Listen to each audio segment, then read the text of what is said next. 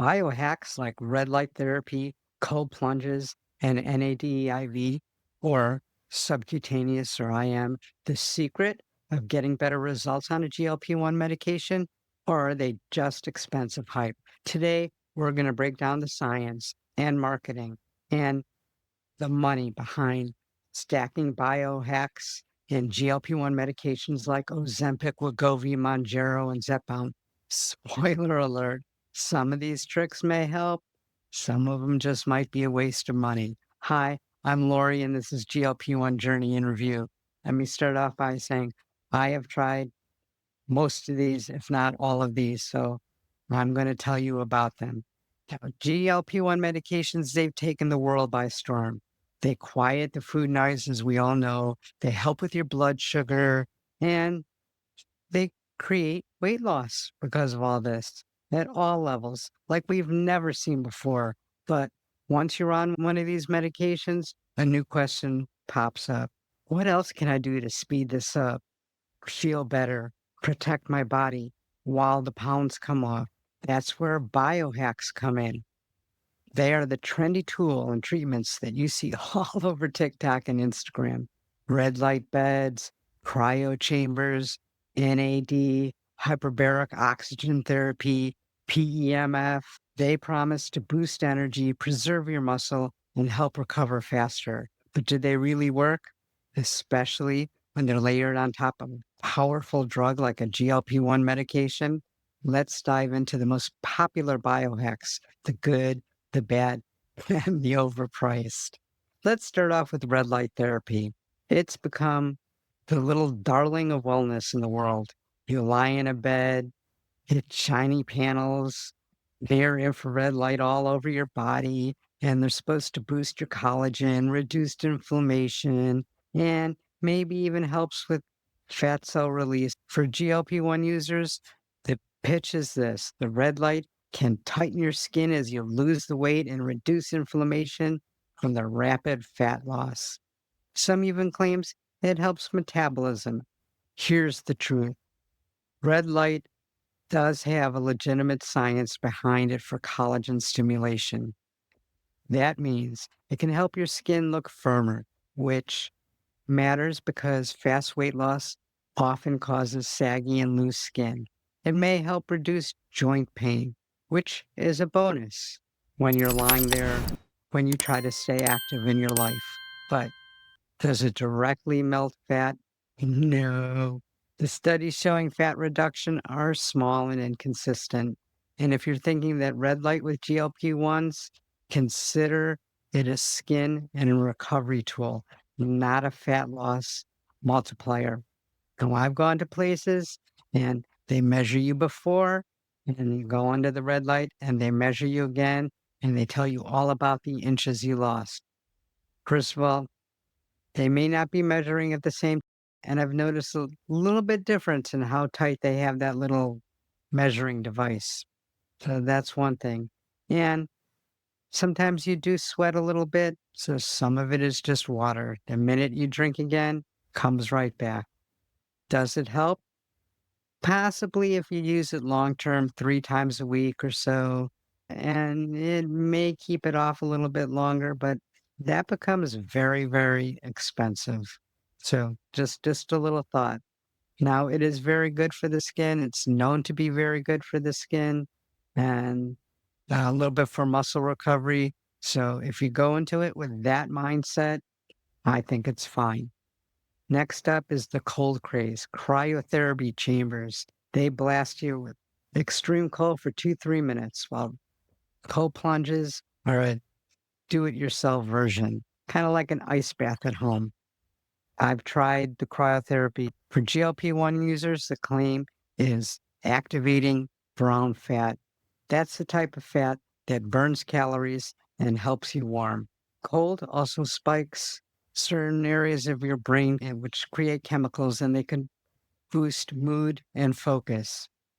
Here's what's real. Yes, cold exposure does activate brown fat, but a calorie burn is modest. Don't expect it to burn off a cheeseburger by jumping into an ice bath or just going into one of these cryo chambers at, I think I went in at minus 222. The real benefit may be mental. Cold plunges give you your dopamine a rush. They reduce stress and help with recovery after workouts. If you're on a GLP-1 and you're struggling with energy dips or motivation, cold plunges or cryotherapy can surprisingly be effective in mental release. But again, it's more of a mindset than metabolism. And that's pretty much what I found out when I did the cryotherapy. I felt great. I felt like I just got off of a vacation. I was just enthusiastic, thrilled. My muscles felt much better, and I probably felt that way for a day or two. So, in that aspect, it did help. As far as weight loss, I don't know. Now, let's talk about PEMF. It stands for Pulse Electromagnetic Field Therapy. They have mats, pads, and they deliver a low level electromagnetic pulse to your body. Claims better sleep, lower stress, less inflammation. For GLP-1 users, PEMF gets marketed as a way to support healing and balance your hormones. Here's the truth. The evidence is mixed. Some studies show improvements in sleep and pain management, especially in people with chronic conditions. For weight loss specifically, the science is a little thin. That said, if PEMF helps you relax and sleep better, that's very valuable. Sleep is one of the most overlooked tools in preserving muscle and avoiding cravings while on a GLP-1 medication. So, if PEMF generally helps you wind down, it can indirectly support your journey, but it's not a fat loss trick. I've tried this many times. My shoulder was sore. They did it right. I was actually on a chair. This was in a professional spa. And then they put a little pad on my shoulder. My shoulder felt great afterwards. It felt great for a couple days. My shoulder is intermittent when it hurts, it's not too often. Did it help? Absolutely. Did it make my whole body feel better? Absolutely. Did it help with weight loss? Don't know. Now let's talk about NAD, NMN therapy. This one is huge now. NAD is a molecule your body uses for energy and cellular repair. The level drops as you age, and some research suggests boosting NAD with supplements like NMN or with the injection may improve energy, brain health, and even longevity. For GLP-1 users, NAD gets marketed as a fix for the fatigue. And let's be honest, fatigue is one of the most common side effects with these medications. So it's tempting. What's true? It's expensive, often 100 or $200 a session. Now, I get it from a compounding pharmacy and I pay anywhere from 129 to 150 for a month's worth. I use a little bit less so it stretches out so it's not quite as expensive, but it is still an added expense. Some people swear by it, others feel nothing. Now, oral NMN is cheaper and you may have a mild benefit, but it's very early in the science to tell. If you're feeling drained from a GLP-1, NAD supplement might help, but you'll probably get just as much benefit from dialing in on hydration, electrolytes, and protein. NAD is not a magic bullet, but it does have some promise in the world of biohacks.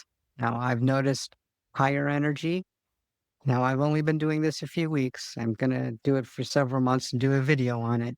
I do feel more energy. Sometimes in the middle of the day, I'm like, I just need a nap. I really don't have that feeling anymore. Do I have a lot more extra energy?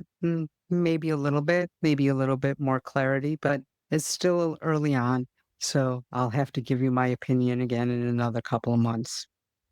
Now there's hyperbaric oxygen chambers, which they look futuristic. You lie inside and you breathe oxygen that's higher than the normal pressure. Athletes and biohackers claims it speeds up healing, it improves brain function, and it reduces inflammation. For GLP-1 users, the pitch is that it helps repair your body during the rapid fat loss and it can help preserve muscle. Here's the truth.